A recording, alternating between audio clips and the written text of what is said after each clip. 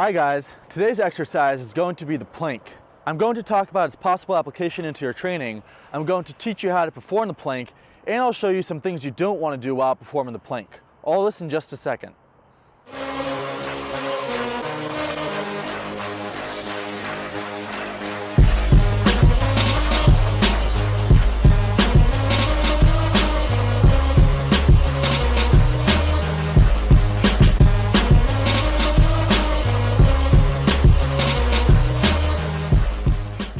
The plank is commonly referred to as a core exercise and associated with core training. The reason for this is because you will not be moving any of your limbs, but you will be statically contracting all of your core muscles to resist movement in your body against gravity's downward force.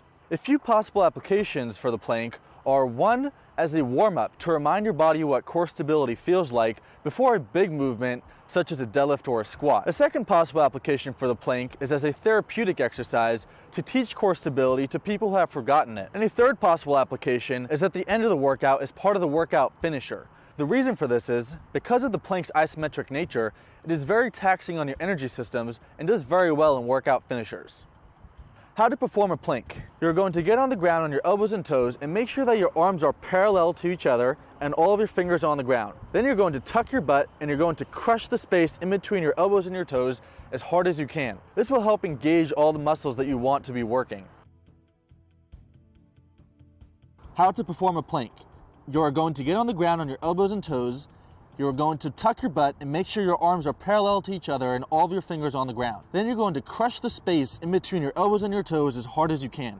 This will help make sure you engage all the muscles you want to engage. Some things you don't want to do when you're doing the plank is: one, you don't want to arch your back. This will indicate that you're letting your hips and your lower back muscles do all the work and you're letting your butt and abs rest. Also, you don't want to be looking at your toes when you do the plank. You want to keep your head pulled back. And the third one is don't lift your hips up in the air. A lot of people do it and I'm not sure why, but I know for sure that's not how a proper plank is done. Some things you don't want to do while performing the plank. The first one is don't arch your back. This will indicate that you're letting your hips and lower back do all the work and you're letting your butt and abs rest. You want to tuck your butt when you're doing the plank. Another common error is looking at your toes when you're doing the plank. You don't want to do this one either. Keep your head pulled back. And the third common mistake is lifting your hips up in the air. I'm not sure where this one came from, but I'm sure as hell it's not a plank. This is the correct way.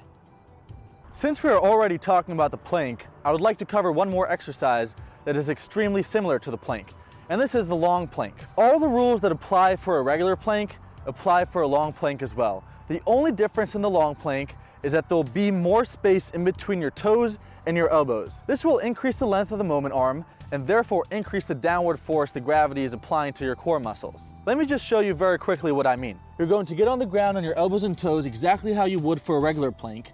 Then you will start walking your elbows away from your toes until you feel like you start losing control.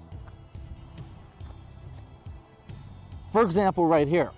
Then you're going to tuck your butt and squeeze the space in between your elbows and toes, just as in a regular plank. Again, this exercise is very similar to a regular plank. It's just a slight progression. As always, if you have any questions, please comment below or email me directly. I'll be more than happy to help.